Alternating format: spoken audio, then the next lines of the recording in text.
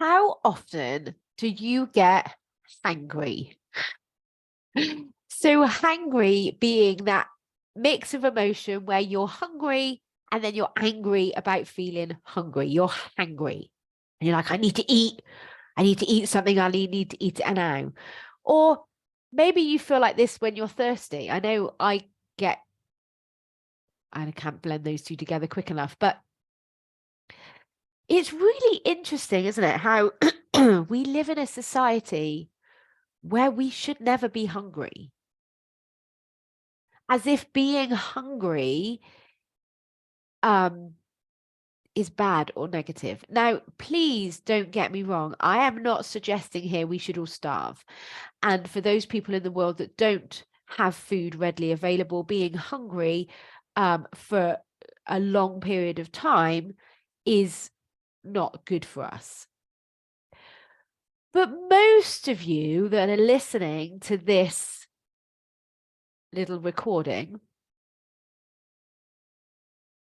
you could probably go a couple of days without needing to eat. I'm not suggesting that you should, but just play with me a second here. Just hear me out. I used to be definitely one of those people that as soon as they got hungry, I would get angry. So what's happening there is your body is giving you a very normal signal to say, hey, we're a little bit empty. We might need to consider having something to eat at some point. What your body isn't telling you at that point is we need to eat right now, and it has to be loads of sweet, sugary things, otherwise we're going to die. That isn't coming from the physical sensation of hungry. The emotion of anger is then being created by your brain because it's thinking something along the lines of, I shouldn't be hungry. I must eat. I can't possibly go without food. That is society's programming that has been put into your brain. It's not fact in the world. Your body is designed to be hungry. The reason why it stores fat is because if you have a very prolonged period of time, and prolonged, I mean days, without finding food, your body then uses the fat storage it has in its cupboard, the cupboard being your body. Only what happens is because of our programming, because we think we should never be hungry, we don't allow ourselves to be hungry. So we don't actually allow our body's natural response to kick in and burn the fat that we have on our body. It is therefore a reason. So let's look at the emotion of angry.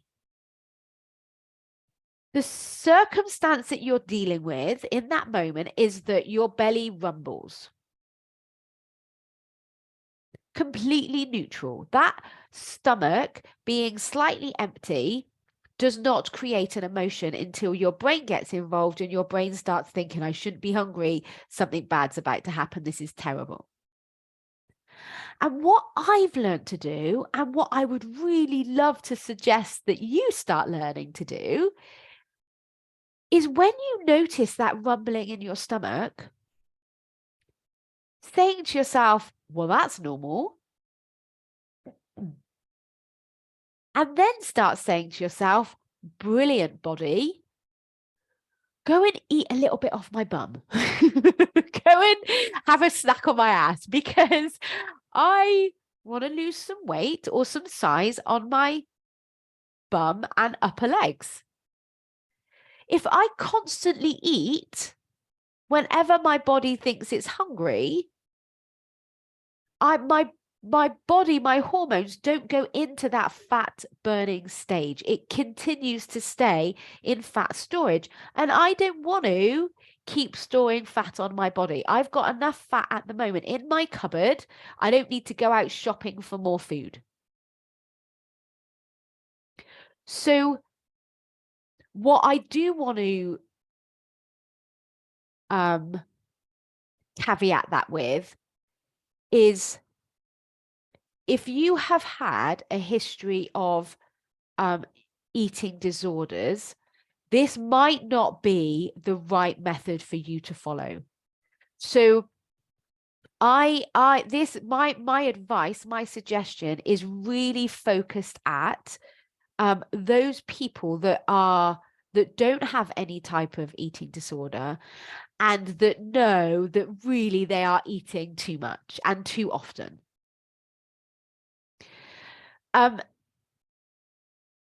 So it's, as long as you're drinking, like, it is okay to be hungry for a couple of hours. I'm going to say this again. It is actually okay to be hungry for a couple of hours. You don't need to get angry about it. When your brain tells you you shouldn't be feeling hungry, you don't have to believe that voice in your head. Of course, your primal brain wants to eat, because to your primal brain, it's like the best thing ever. It gets a dopamine hit. It's full of pleasure. It numbs any sort of discomfort. But if you're using food and you're using eating as a way of avoiding your emotions, or not being willing to feel hungry because of some sort of association, some sort of I shouldn't feel that way, then you're never actually going to lose weight. Because if you're constantly, it's kind of like having a cupboard full of food, and then every time you get hungry, going and buying more food. Well, instead of buying more food, let's eat what we've got in the cupboard. And that food that you've got in the cupboard is the fat on your body. Your body is designed by nature to store and then use up and eat that fat for times when we didn't have food back in the caveman days, for possibly days on end. I'm not suggesting for 1 minute you do that, although there is amazing research out there that shows that fasting is actually incredibly good for you. It does need to be done in a very safe way. But just for a couple of hours. Like, if you're used to eating every day at 12 o'clock, and then you get to 1:30 or 2, and you haven't yet eaten, you don't actually have to get angry about that situation. You can just comfort yourself by going, actually, do you know what? When I get hungry, this is actually the best thing ever, because that's when my fat burns on my body. That's when I dine in. Instead of going out and getting more food, I'm going to dine in. So hangry is what happens when you experience the physical sensation of hunger, and your brain gets involved and does all the shoulding. I shouldn't feel hungry. This is terrible. And it creates angry. And the two come together.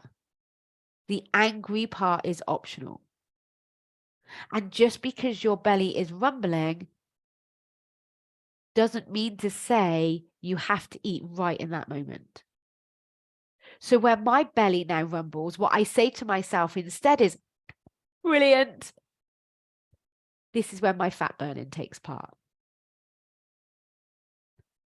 And I've actually noticed I've got more energy by eating less. And what I mean by eating less is eating less frequently.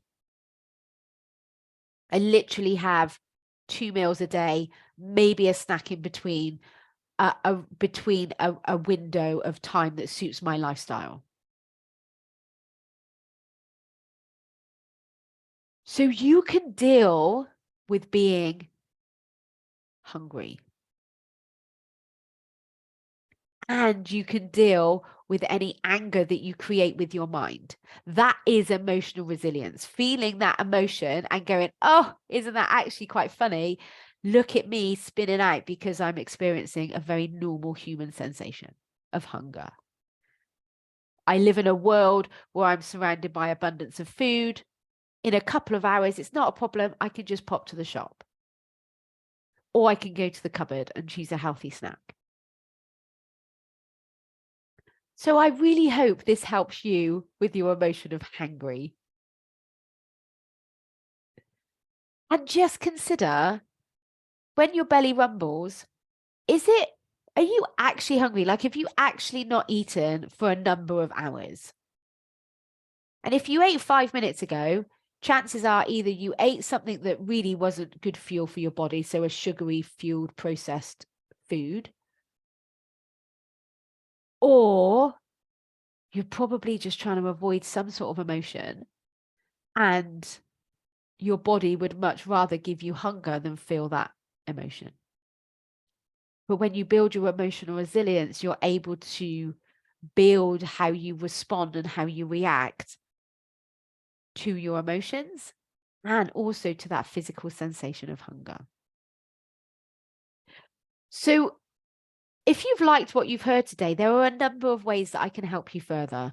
I have got a 21-day academy. I call it the Sugar Free Academy. And that's a course that you take on your own, managed through daily emails. It's only £19 and it's really going to give you your freedom from your sugar cravings.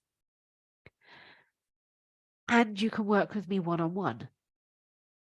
And when I help you build your emotional resilience, when I teach you the tools that's going to enable you to deal with your emotions instead of avoiding them, there is then nothing you can't achieve in your life.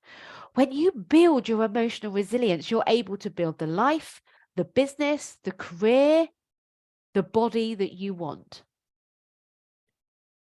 Building emotional resilience stops you procrastinating. It enables you to be present with your family because you're managing your time in a way that suits you. You're actually doing the things you want to do in your life instead of just living a life that you don't really want to live. You're able to do that presentation instead of, and deal with the nerves, knowing that you're going to have nerves, but they don't stop you. All those things that you really want to do in your life, the only thing that's stopping you is an emotion. And when you build your emotional resilience muscle, you really build the type of life that you want to live. And I would love to help support you on that journey because that's what I do. Have an amazing week. Please get in touch if you have any questions, and I'll speak to you all again soon. Bye.